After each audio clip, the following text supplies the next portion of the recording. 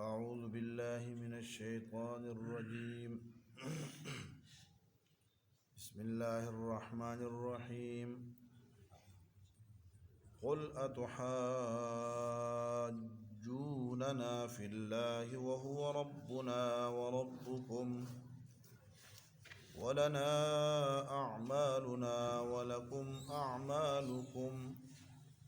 ونحن له مخلصون. أم تقولون إن إبراهيم وإسماعيل وإسحاق ويعقوب والأسباط كانوا هودا أو نصارى قل أأنتم أعلم أم الله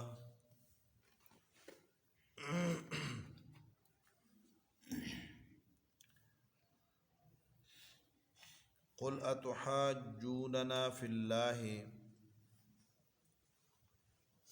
آپ کہہ دیجئے اتحاجوننا، کیا تم اے نصارہ اور یہود ہم سے جھگڑا کرتے ہو اللہ کے بارے میں، یعنی اللہ کے اختیارات کے بارے میں؟ وَهُوَ رَبُّنَا وَرَبُّكُمْ، حالانکہ وہ ہمارا بھی پرورش کرنے والا اور تمہارا بھی پرورش کرنے والا ہے۔ اس کی ربوبیت کسی قوم دون قوم کے ساتھ خاص نہیں ہے۔ وَلَنَا أَعْمَالُنَا، اور ہمارے لیے ہمارے اعمال ہے، یعنی ہمارے لیے ہمارے اعمال کی جزا ہے۔ وَلَكُمْ أَعْمَالُكُمْ، اور تمہیں تمہارے اعمال کی جزا سزا ملے گی۔ وَنَحْنُ لَهُ مُخْلِصُونَ، اور ہم اس کے لیے اخلاص پیدا کرنے والے ہیں، یعنی اس کی عبادت اخلاص کے ساتھ کرنے والے ہیں۔ ام تقولون ان ابراہیم، بلکہ تم تو یہ کہتے ہو کہ ابراہیم علیہ السلام، اسماعیل علیہ السلام، اسحاق علیہ السلام، یعقوب علیہ السلام، والاسباط، اور ان کے پوتے پڑپوتے اولادیں، کانوا ہودن او نصارا، کہ وہ یہودی یا نصرانی تھے۔ قل، تو آپ ان کو کہہ دیں، اانتم اعلم ام اللہ، کیا تم زیادہ جاننے والے ہو، زیادہ علم والے ہو یا اللہ؟ یعنی یقیناً اللہ تم سے زیادہ جاننے والے ہیں۔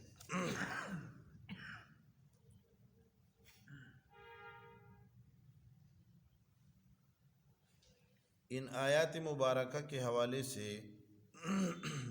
امام ابن کثیر رحمۃ اللہ علیہ نے ایک شان نزول کا ایک واقعہ ذکر کیا ہے کہ یہ آیات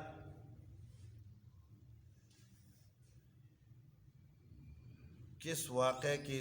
تحت نازل ہوئی ہیں، لیکن اس شان نزول کو بعض متأخرین مفسرین نے نقل کیا، جس کی بنیاد پہ علامہ ابن کثیر نے اس کی تفسیر تو کر دی، لیکن امام ابن کثیر رحمۃ اللہ علیہ فرماتے ہیں کہ علامہ جلال الدین سیوطی رحمۃ اللہ علیہ نے اسباب النزول کے اندر لکھا ہے کہ اس طرح کا شان نزول یا سبب نزول میرے سامنے احادیث یا آثار میں سے نہیں گزرا، نہ ہی میں نے کسی ایسی کتاب میں جن لوگوں نے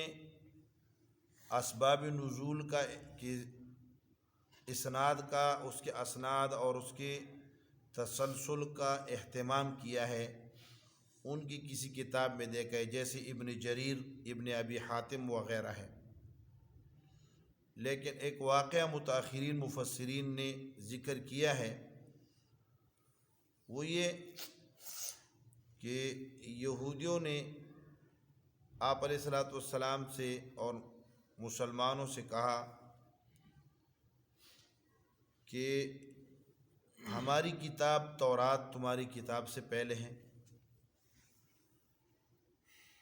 اور ہمارا قبلہ بیت المقدس تمہارے قبلے بیت اللہ سے مقدم ہے۔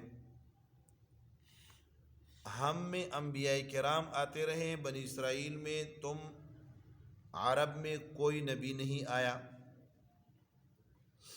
اور چوتھی بات یہ کہ اگر محمد الرسول اللہ نبی ہوتے تو ہم میں سے ہوتے، یعنی بنی اسرائیل میں سے ہوتے، تو وہ بنی اسرائیل میں جب نہیں ہے تو اس کا معنی یہ ہے کہ وہ نبی نہیں۔ یہ چار باتیں انہوں نے دعویٰ کی، اور آپ حضرات پڑھ کر آئے ہیں۔ بہت سارا مخاصمہ ہم نے کر لیا ہے یہود و نصارہ کے ساتھ، بڑی تفصیل کے ساتھ اور بڑی جو ہے نا گہرائی میں جا کر بنی اسرائیل کے ساتھ خصوصاً اور انہی کے ضمن میں نصارہ کے ساتھ ضمنی طور پہ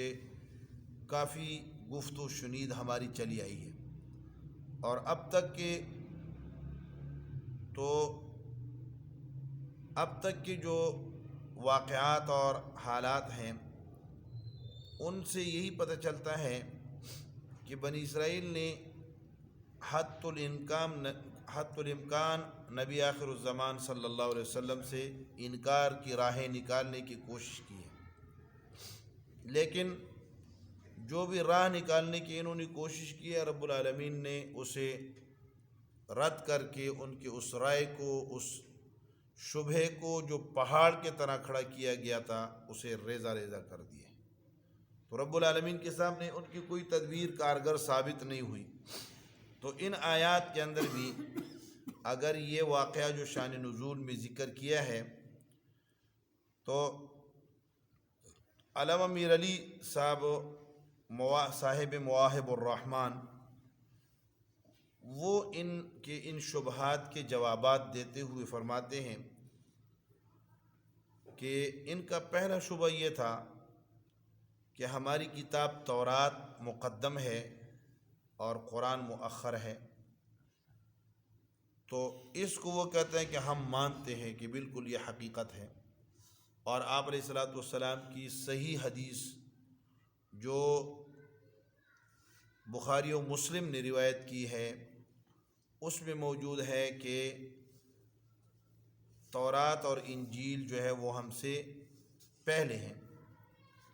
لیکن کسی کتاب کا پہلے آ جانا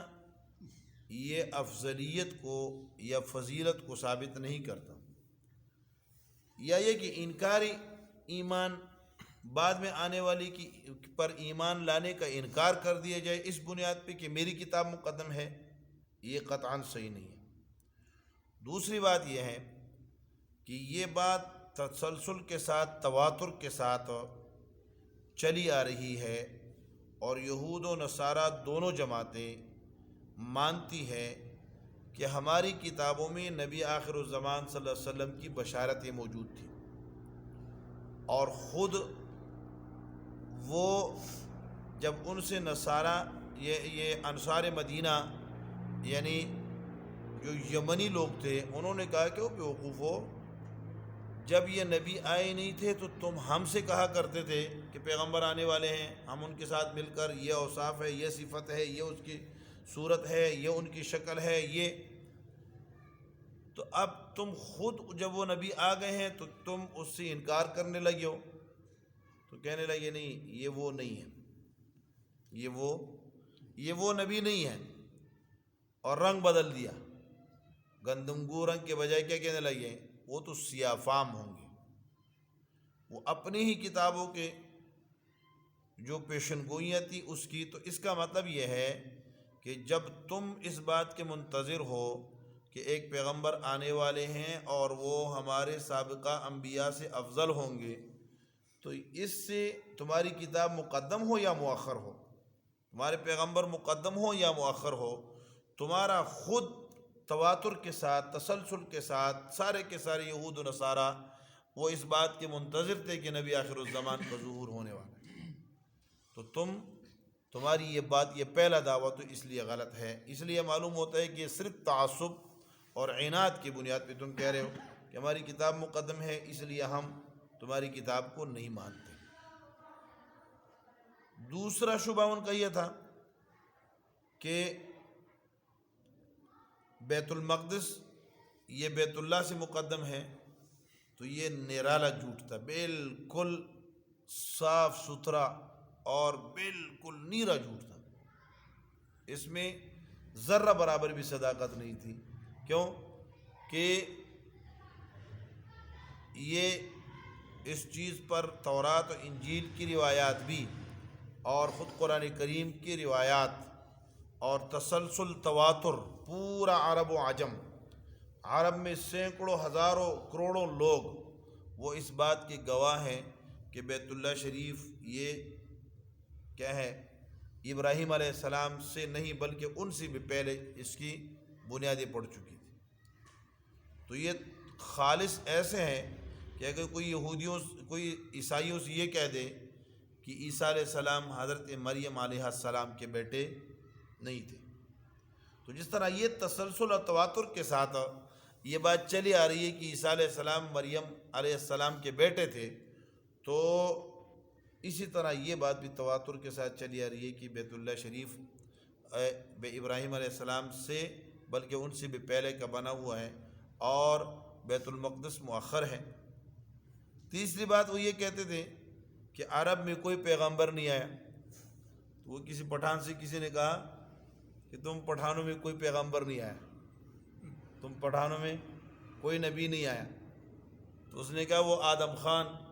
اور عیسیٰ خان اور موسیٰ خان کون تھے؟ وہ پٹھان نہیں تھے؟ اور مکے کا محمد خان کون تھا؟ تو ساتھ خان لگا دیا، کہتے سارے کیا تھے؟ سارے تو یہ کہتے تھے کہ عرب میں کوئی عرب کے علاوہ عرب میں کوئی پیغمبر نہیں آیا۔ تو صالح علیہ السلام، ہود علیہ السلام، ان کے کھنڈرات،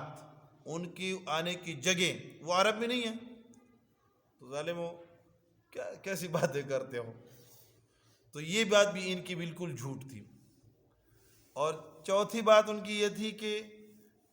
نبی علیہ السلام اگر نبی ہوتے تو بنی اسرائیل میں سے ہوتے، تو بھائی اس پر کیا دلیل ہے؟ کس نے کہا ہے کہ جو نبی ہوگا وہ بنی اسرائیل ہی میں سے ہوگا؟ یہ تو اللہ کہتے ہیں کہ میں اپنے بندوں میں سے اللہ یجتبی من رسلہ من یشاء، اللہ یصطفی من الملائکۃ ومن المقربین، اللہ ملائک میں سے بھی کسی کو اپنے قریب کر دے، مقربین بندوں میں سے بھی کسی کو چن لے، تو اللہ کو استفائی اور اجتبائی کا اختیار حاصل ہے، کسی کو مصطفیٰ بنا دے، کسی کو مجتبی بنا دے، تو یہ تو اللہ کے اختیار میں ہے۔ تمہارے پاس دلیل کیا ہے کہ جس کی بنیاد پہ تم کہتے ہو کہ نبی بنی اسرائیل میں سے ہوگا، بنی اسماعیل میں سے نہیں ہوگا؟ حالانکہ تمہاری کتاب کے دلائل موجود ہیں، تمہاری کتاب میں بشارتیں موجود ہیں کہ نبی آخر الزمان جو آئیں گے وہ بنی اسماعیل میں سے ہوں گے۔ تو اس پر اللہ رب العالمین نے ان کا جواب دیا، فرمایا قل، آپ ان سے کہہ دیجئے اتحاجوننا فی اللہ، کیا تم ہم سے اللہ کے اختیارات کے بارے میں لڑتے ہو، جھگڑتے ہو کہ بھائی اللہ کو نبوت فلاں کو دینی چاہیے تھی اور فلاں کو نہیں دینی چاہیے تھی، بنی اسماعیل میں دینی نہیں چاہیے تھی اور بنی اسرائیل میں دینی چاہیے تھی؟ یہ تو تم اللہ کے اختیارات اپنے ہاتھ میں لینا چاہتے ہو، گویا کہ اللہ کو اپنا تابع بنانا چاہتے ہو۔ اتحاجوننا فی اللہ، اللہ کے بارے میں ہم سے جھگڑتے ہو اور اس کے اختیارات کے بارے میں۔ تو اللہ تو کیا ہے؟ اللہ کو اختیار ہے، اللہ یجعل ہے، اللہ یعلم واللہ یعلم حیث یجعل رسالتہ، اللہ کو پتہ ہے کہ میں نے رسالت کہاں رکھنی ہے، کس کو نبی بنانا ہے، کس کو نہیں بنانا، یہ تو اللہ کے علم میں ہے۔ تو قل اتحاجوننا فی اللہ، اللہ کے بارے میں جھگڑتے ہو حالانکہ وہو ربنا وربکم، وہ ہمارا بھی رب ہے، تمہارا بھی رب ہے، اس نے ہمیں بھی پیدا کیا ہے، تمہیں بھی پیدا کیا، خالق سب کا ہے، تو جب وہی مربی اور وہی خالق، وہی پیدا کرنے والا ہے اور ادنا درجے سے لے کر کمال تک پہنچانے والا ہے، رب کا معنی یہ ہے، اور وہ کسی قوم دون قوم کے ساتھ خاص نہیں ہے کہ وہ فلاں قوم کا رب ہے اور فلاں کا نہیں ہے، بلکہ وہ سب کا رب ہے۔ تو جب وہ سب کا رب ہے تو اس پر اعتراض کرنا اور اسے راستے دکھانا کہ ادھر نبوت دے دو ادھر نہ دو، اپنے تابع کرنا، یہ زیادتی ہے۔ وَلَنَا أَعْمَالُنَا وَلَكُمْ أَعْمَالُكُمْ، البتہ ہمارے اپنے اعمال ہیں، تمہارے اپنے اعمال ہیں، ہم اپنی کیے کرائے کے ذمہ دار، تم اپنے کیے کرائے کے ذمہ دار ہو، نہ ہم سے تمہارے کیے کا سوال ہوگا اور نہ تم سے ہماری کیے کا سوال ہوگا۔ تمہارے اعمال اگر بگڑ گئے ہیں، انبیاء کرام کی توہین اور ان کے انکار کے تم مرتکب ہو گئے ہو، تو اس کا جواب دہ تم ہی ہو، ہمیں اس کی کوئی جواب دہی نہیں کرنی۔ البتہ ہم میں اور تمہارے اندر فرق یہ ہے کہ رب تم بھی مانتے ہو، رب ہم بھی مانتے ہیں، اعمال تم بھی کرتے ہو، اعمال ہم بھی کرتے ہیں، لیکن ہمارے اعمال خالص اللہ کے رضا کے لیے ہیں۔ تو یہ حضرت صحابہ کرام رضوان اللہ اجمعین کی چیلنج تھی ان لوگوں کو۔ ہم سے اگر کہے تو ہمارا تو اللہ خیر کرے۔ ام تقولون، یہ ام بل کے معنی میں ہے، تو بلکہ تم تو ایک تو تم اللہ پر اعتراض کرتے ہو، اس سے بڑھ کر تم یہ کہتے ہو کہ ان ابراہیم و اسماعیل و اسحاق و یعقوب والاسباط کانوا ھودا و نصارا، یہ الگ جھوٹ ہے تمہارا کہ تم کہتے ہو ابراہیم علیہ السلام، اسماعیل علیہ السلام، اسحاق علیہ السلام، یعقوب علیہ السلام اور ان کی اولاد کانوا ھودا او نصارا، یہودی کہتے ہیں کہ وہ یہودی تھے، نصارا کہتے ہیں کہ وہ نصرانی تھے۔ بڑے آدمی کو ہر ایک بندہ کہتے ہیں میرا نسبی ہے، یہ میرا رشتہ دار ہے، کوئی ایم پی اے بن جائے، میں نے بن جائے، وزیر بن جائے، وہ کہتے ہیں وہ ہاں وہی ہمارا نسبی ہے، ہمارا رشتہ دار ہے، ہم بھی اسی کے خاندان کے سے۔ تو اپنے آپ کو کہتے ہو، ان کو کہتے ہو کہ وہ ہمارے خاندان میں، حالانکہ یہودیت اور نصرانیت تو بہت بعد میں پیدا ہوئی ہے۔ ابراہیم علیہ السلام تو، اور قرآن کہتا ہے قل، تو آپ ان کو اس کے جواب میں کہہ دیں انتم اعلم ام اللہ، تمہیں زیادہ علم ہے یا اللہ کو، یعنی تم زیادہ خبر رکھتے ہو یا اللہ کو زیادہ خبر ہے۔ یہ سوال یہ استفہامی انکاری ہے، یعنی اللہ ہی کو زیادہ علم ہے۔ اور اللہ کیا کہہ رہے ہیں؟ اللہ رب العالمین کہہ رہے ہیں ما کان ابراہیم یہودیا ولا نصرانیا، ابراہیم تو نہ یہودی تھے نہ نصرانی تھے، ولیکن کان حنیفا مسلما، بلکہ وہ تو حنیف اور مسلم تھے، تو تابعدار تھے اللہ کے، اور ہماتن اللہ رب العالمین کے ماننے والے تھے۔ تو ان کی مانتے ہوئے ان کے پیچھے چلو اور اللہ رب العالمین کی ذات پر اعتراض نہ کرو۔ اللہ رب العالمین ہمیں بھی قرآنی احکامات کے مطابق چلنے کی توفیق نصیب فرما دیں، اعتراضات سے، اشکالات سے اور بے جا شبہات سے اللہ ہم سب کی حفاظت فرمائے۔ وآخر دعوانا الحمدللہ رب العالمین۔ اللہم صلی وسلم علی سیدنا و مولانا محمد وعلی آلہ واصحابہ وبارک وسلم تسلیما کثیرا کثیرا۔ ربنا تقبل منا انک انت السمیع العلیم وتب علینا یا مولانا انک انت التواب الرحیم۔ اللہم انفعنا بما علمتنا وعلمنا ما ينفعنا وعلمنا ما ينفعنا وزدنا علما، سبحانک لا علم لنا الا ما علمتنا انک انت العلیم الحکیم۔ اللہم آنس وحشتنا فی قبورنا، اللہم ارحمنا بالقرآن العظیم، اللہم اجعلہ لنا اماما ونورا وہدی ورحمہ، اللہم ذکرنا منہ ما نسینا وعلمنا منہ ما جہلنا وارزقنا تلاوتہ آناء اللیل وآناء النہار واجعلہ لنا حجتا یا رب العالمین۔ صلی اللہ تعالی علی النبی الکریم وعلی آلہ وسلم۔